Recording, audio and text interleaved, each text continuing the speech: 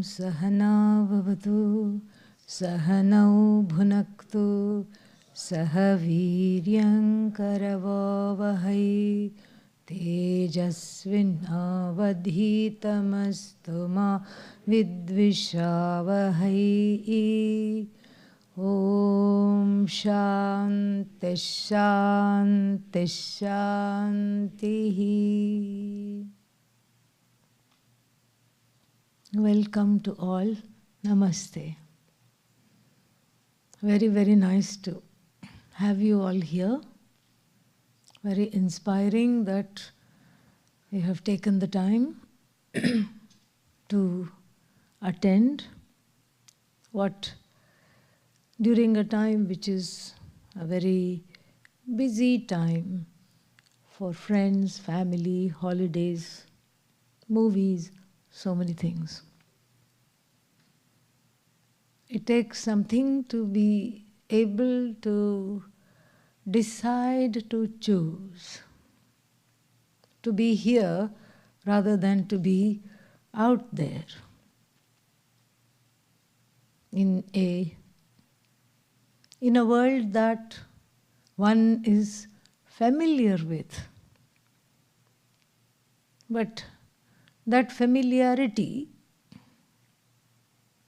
is like a skin disease, You keep scratching, keep scratching at it.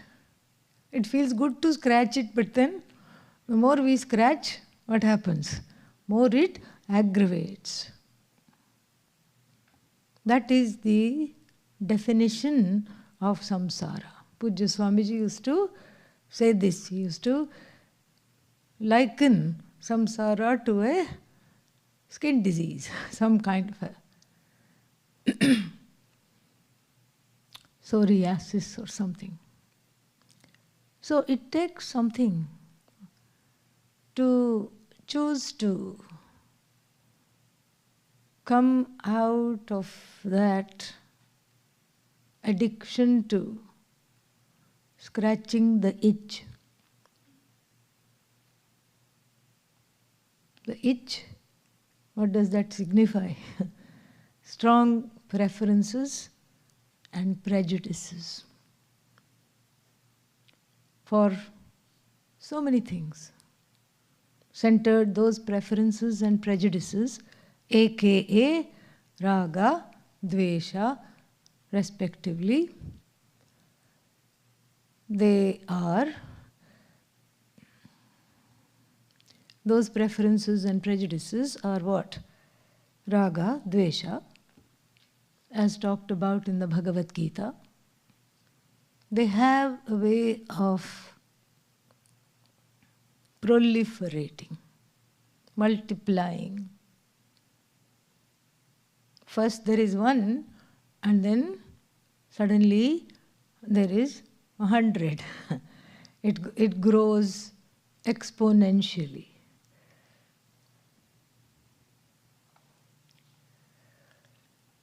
So therefore, the more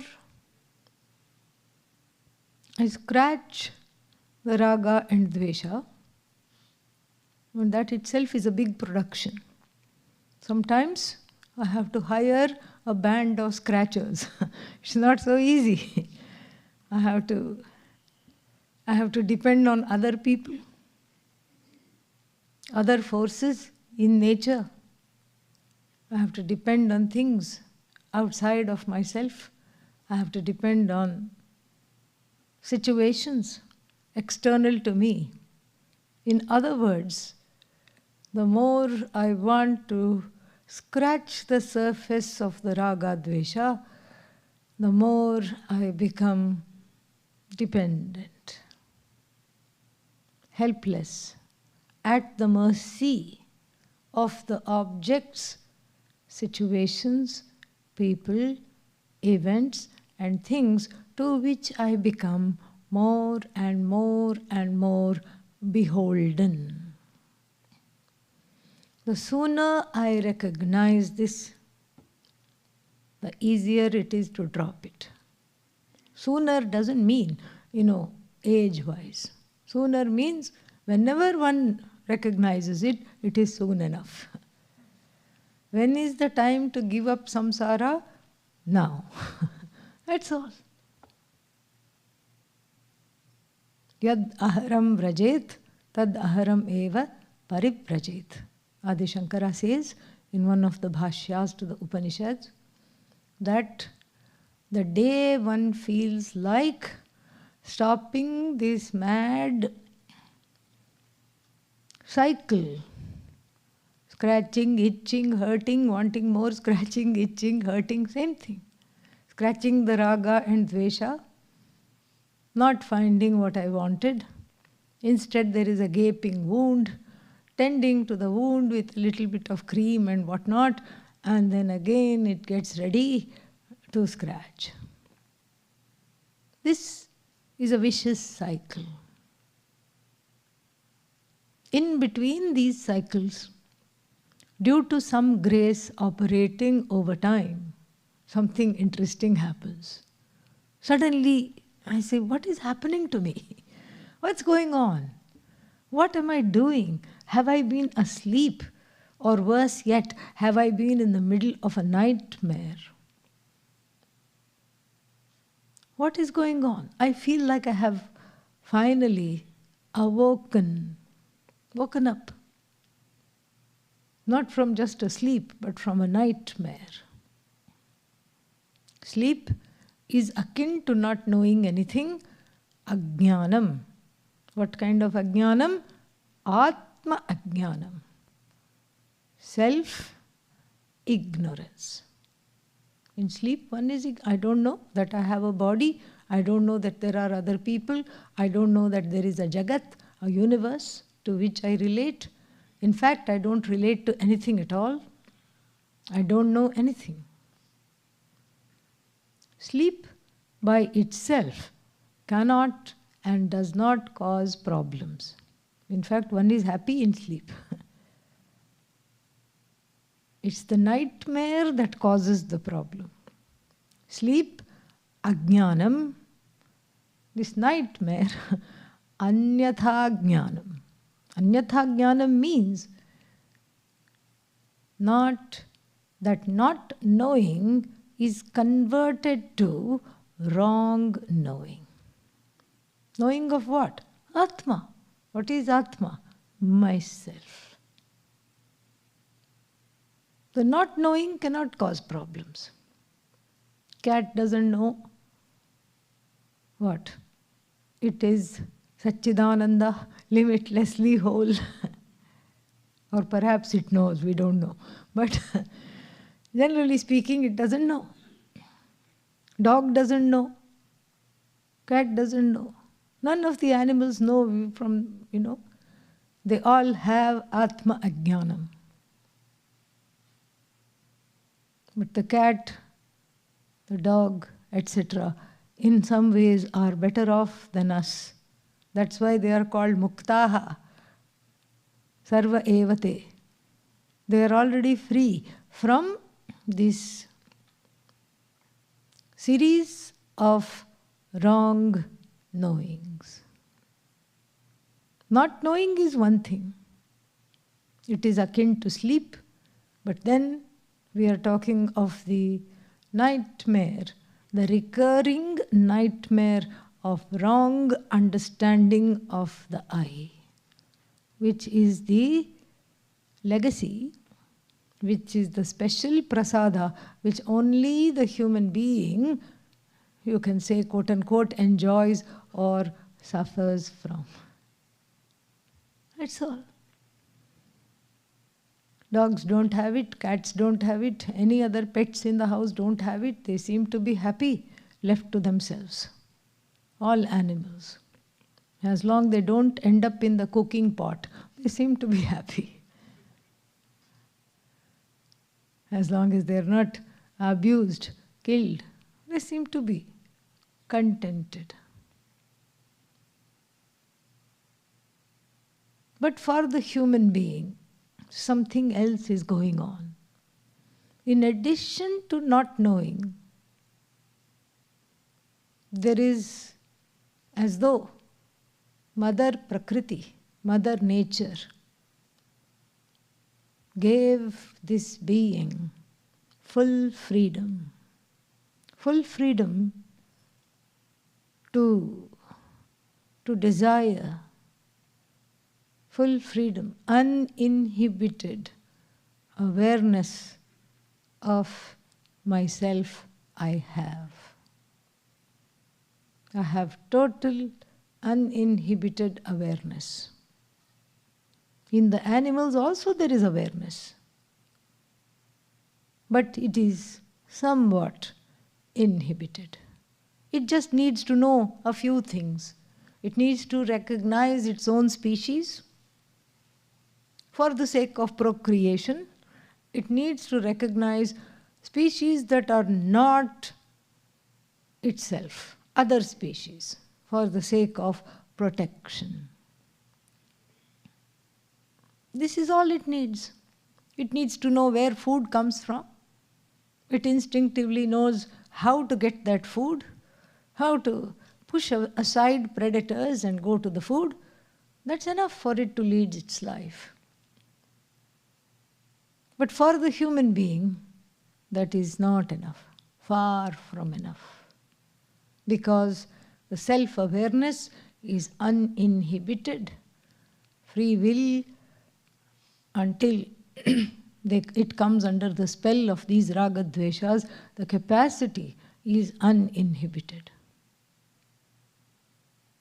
This is a double-sided situation. It's a blessing and a bane.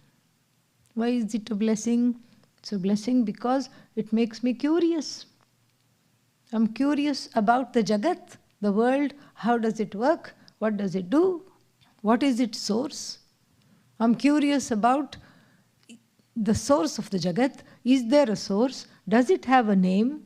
If so, is it a sentient source or an insentient source? I'm curious about that.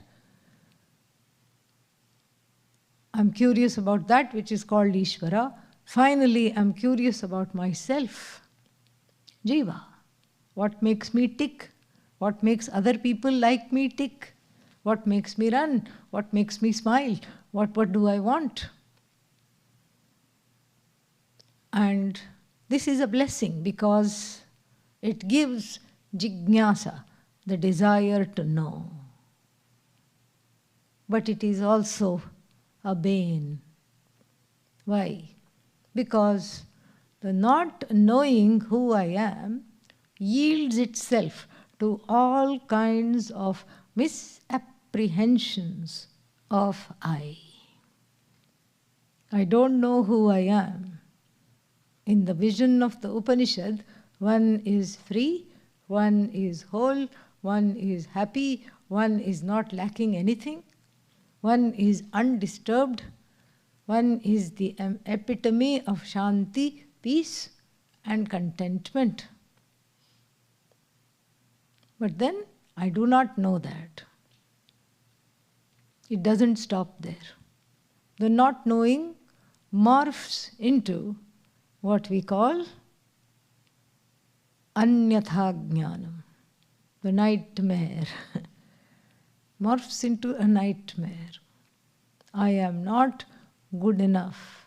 I am not enough. I am not successful enough. You can add any adjective and then add the word enough on it, next to it. I'm not successful enough. I am not rich enough. I'm not the right weight. I'm not the right height. Who is saying? 8 billion people in the world are saying. My hair is not the right texture. My hair is not the right color. That is if you have hair, okay? Yeah. Otherwise this doesn't apply.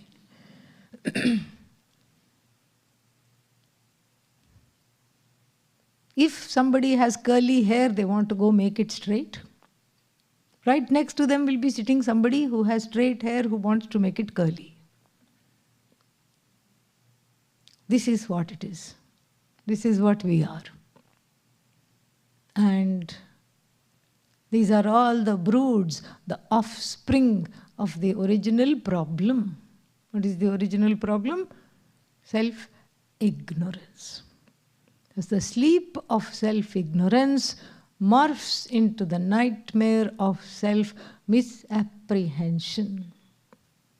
Just like the rope is mistaken for a chicken, correct? No. Say loudly, a snake. Yes. A totally unknown rope. Upon a totally unknown rope, I cannot project a snake. Why? Because the rope, which is the adhishthana of the snake, which is the truth, the content of the snake, is not known. I don't see the rope. So how can I commit a mistake when I don't even see the rope? Can I see a snake on a rope that is known as rope? No, that is also not possible. Why? Because I'll say this is known. This is a rope, come on. Don't tell me it's a snake. Because I can see that it is jada, it is lying there, it has all these, whatever, those knots. We know this. So it's a rope. I don't mistake it for snake. When does this mistake happen? When it is as though known, partially known. On a partially known rope, I can project a snake. I know there is something there in the grass. Where does the snake come from? Does it come from the garden and lie on the rope?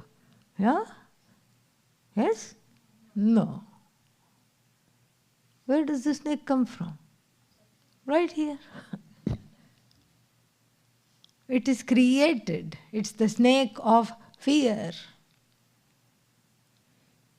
It is a snake of fear which is superimposed upon the rope that is free of aropa. See, this is how the Sanskrit masters knew that we would be calling this rope. So that's why they invented this word aropa, mistaking the rope for snake.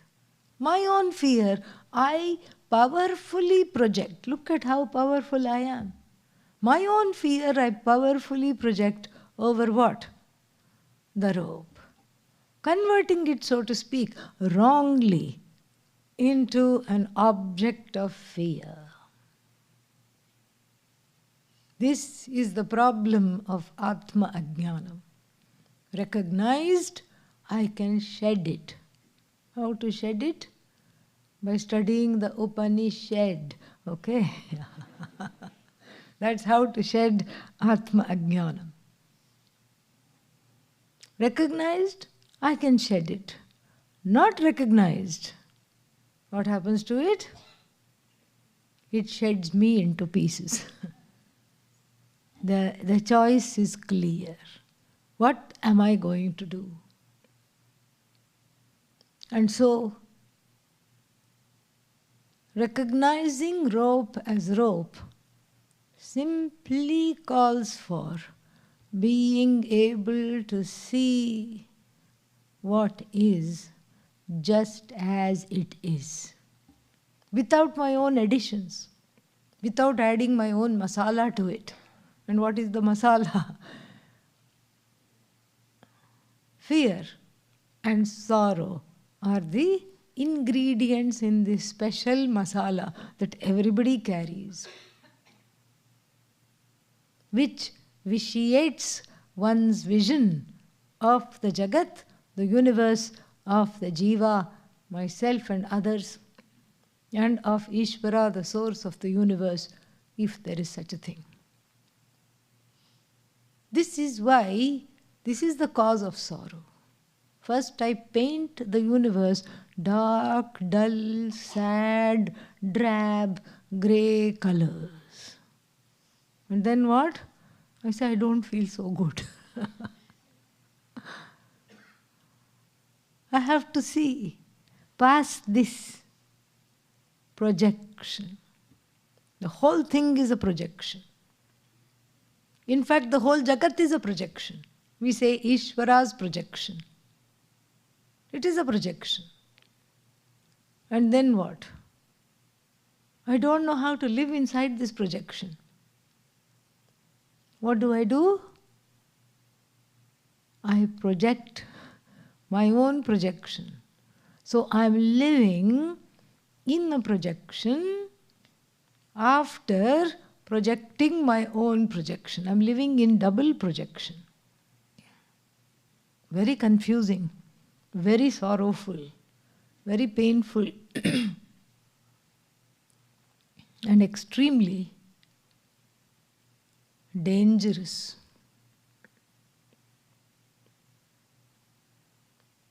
What we are here to do in the next week or so is to learn to withdraw the projection. Whose projection? My own projection. If I am the author of the projection, I can withdraw this narrative. Everything is a story or a poem. Everything is a story. Oh, I am such and such. Story. No, but it's an objective fact. I am this many feet tall and this many stone in weight, stone, kilograms, pounds, whatever in weight. This is what I am. It's a fact. From one standpoint, it's a fact. From another standpoint, it is but an act. Projection. There is an objective projection. Not that it is, we don't have to look into it. That's not the point of this whole text that we will be studying. It's objective because it is agreed upon by everybody. The metric system. Distances, how many miles away you live from the airport, for example. It is agreed upon by everybody. So there are certain stories in which we participate, which are agreed upon by everybody. And then there are certain stories which I weave for myself. This latter has to be questioned, withdrawn, dropped. I have to be able to first relate to the whole, relate to the larger narrative without interfering, without letting my own narrative, the patina of my own subjectivity, interfere with my relationship with the Jagat. This is actually a very pragmatic, what should I say? It's a very pragmatic and a practical thing about Advaita Vedanta. It helps me to live a life that is objective. It helps me to relate to people objectively. It helps me to learn how to respond rather than react. It reduces reactivity, increases a kind of a more of a dispassionate, or we can even say compassionate response. I grow from being a reactive, fighting, ninja-like individual to one that is accommodative, compassionate, commodious. This is the prasada for the study of the Upanishad. We will be studying excerpts from 2 Upanishads in this retreat. I will be taking the 7th chapter of the Chandogya Upanishad, which deals with a very popular subject matter. How to overcome sorrow.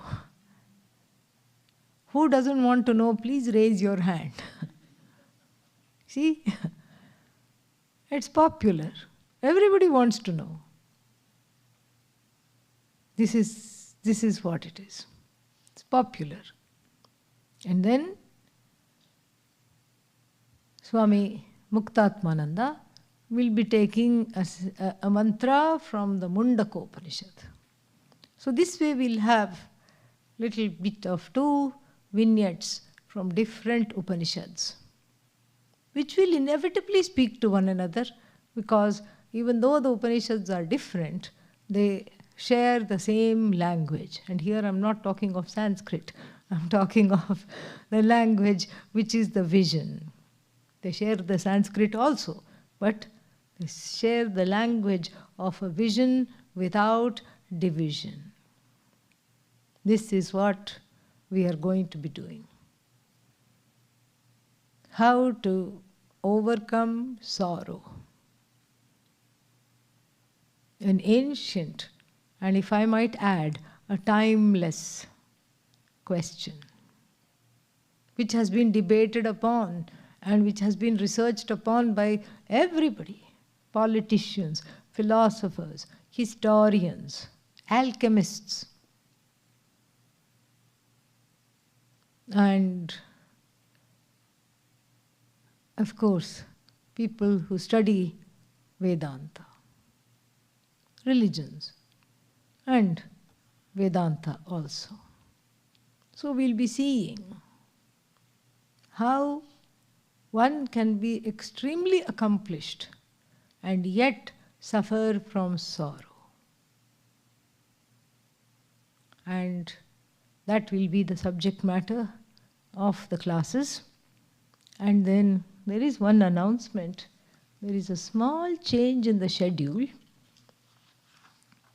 A small, I shouldn't even say change, it's more of a switch. There was a mistake, I think, in printing or something. So if I can please direct you to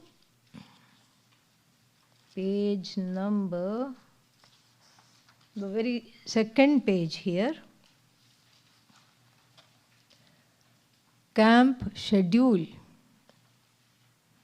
And then just go down up till when you reach 4:30 p.m. evening class. Do you see that? Yes? Okay. So there, where it says Swami Muktatmananda, put my name. Where it says Swami Svatmavidyananda, put his name. Okay? Switched.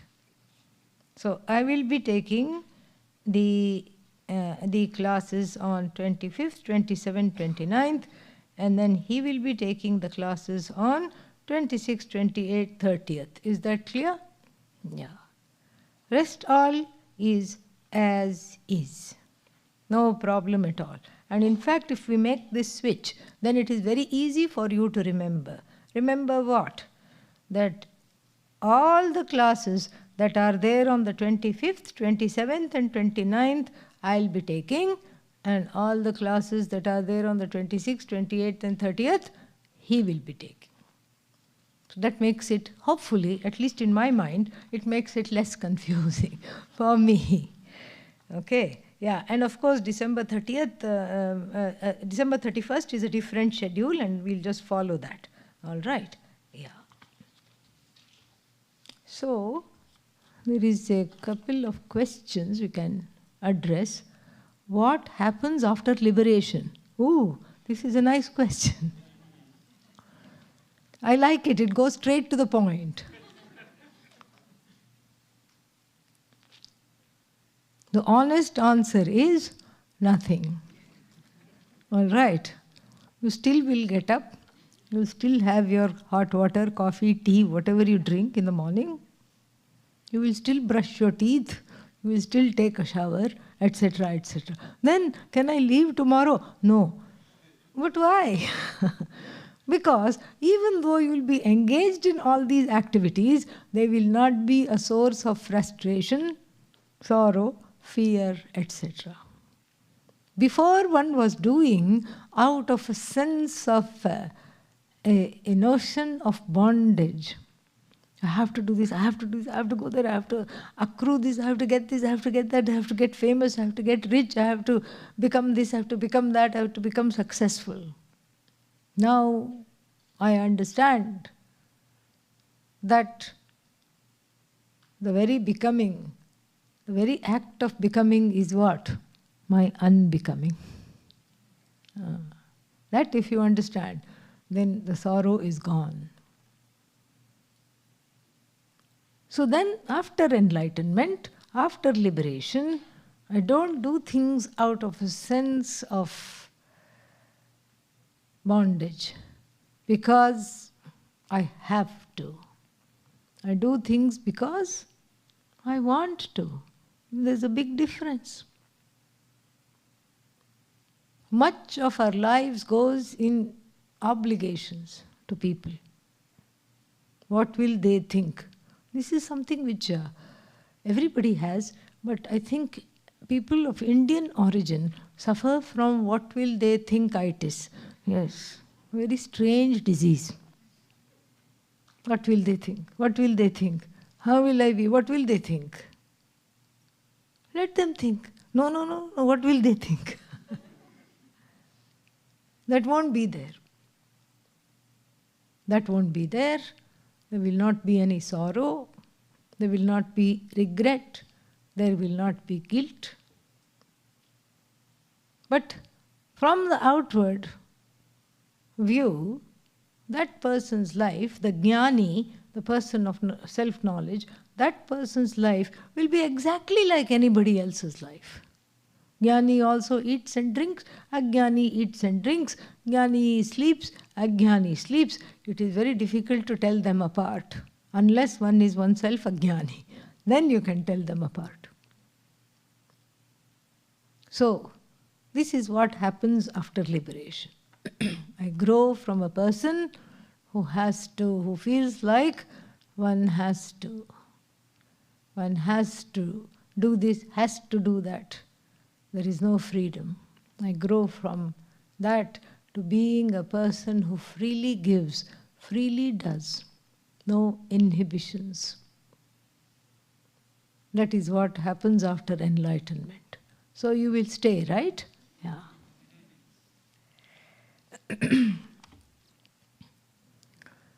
How can I understand Swadharma and Paradharma in the context of modern times where work is not necessarily based on Varnashrama?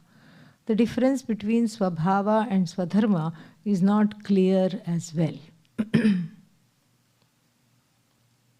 Swadharma is not difficult. We make it difficult. Swadharma simply means what I have to do. That's very clear. I am born related.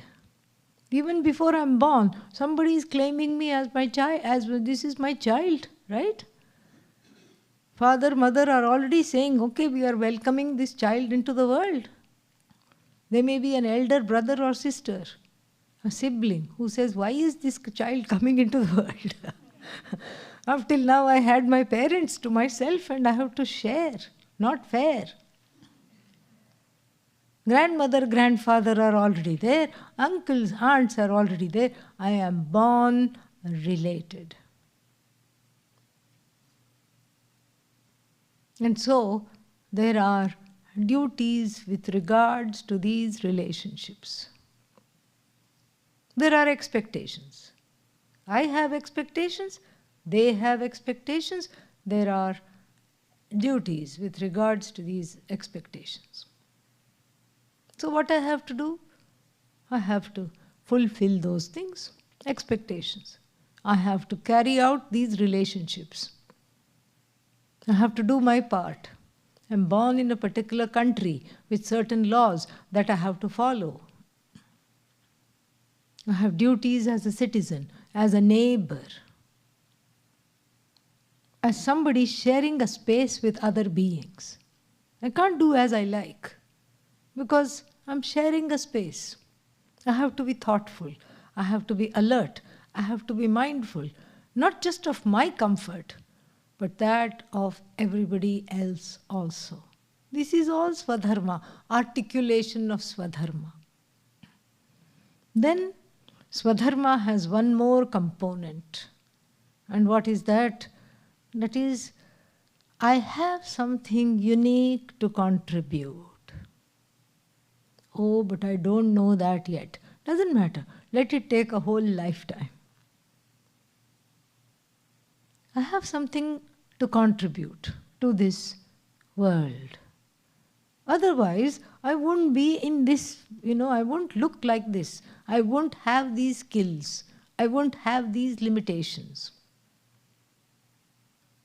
Recall Milton's Paradise Lost. What is the last line? They also serve who only stand and wait. I have certain things that I can contribute. Sometimes it takes a long time to find what it is or what those contributions are, because I am inhibited. Past traumas, etc., make me inhibited. And so, the other aspect or component of Swadharma is understanding what is it that I have to contribute, what is it that I have, what is it that I am doing. Why have I been given this brain, this body, this particular mind, this parentage? What is it that I have to understand? What is it that I have to give? How is it that I have to grow? This also is Swadharma. The one is, automatic. If I am a son or a daughter, there are duties associated with it. If I am a brother or a sister, duties are there. If I am a mother or father, duties are there. The other one requires a little bit of vichara, analysis. And that too comes. So, in the context of the ancient ashrama dharma, etc., that was much more, scripted. Now, it is more or less without a script. And so, in a way, I have to write the script, I have to discover the script. It is both a time that is exciting and a time that could be also scary because one is not in some kind of a script. So, it is a time to, look at it. Look at it from these two standpoints. Take it out of the historical context, because that historical context is defunct now. It does not apply now. We have moved beyond that. The historical context is just a structure. And what do we know about structures? Eventually, they become difficult. Eventually, they become defunct. And so therefore, I learn to see how I fit in the scheme of things with grace and integrity. More we'll see tomorrow. 7 o'clock, what is there? Meditation. Right here, right? Right here or in the temple hall? It's right here. Okay, so I will see you then. Om Purnamadav Purnamidam Purnat Purnamudachyate Purnasya Purnamadaya Purnamevavashishyate. Om Shanti Shanti Shanti. Harihi Om Shri Gurubhyo Namaha. Harihi Om. Thank you.